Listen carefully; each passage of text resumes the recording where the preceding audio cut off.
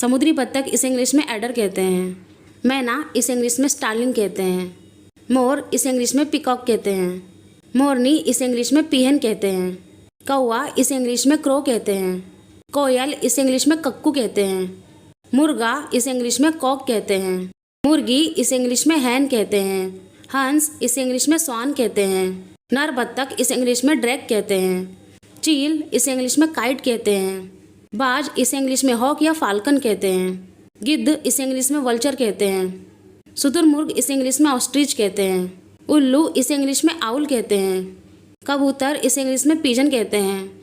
गौरैया या चिड़िया इसे इंग्लिश में स्पैरो कहते हैं। सारस इसे इंग्लिश में क्रेन कहते हैं। बुलबुल इसे इंग्लिश में नाइटिंगेल कहते हैं। पपीहा इसे इंग्लिश में हॉक कक्कू कहते हैं।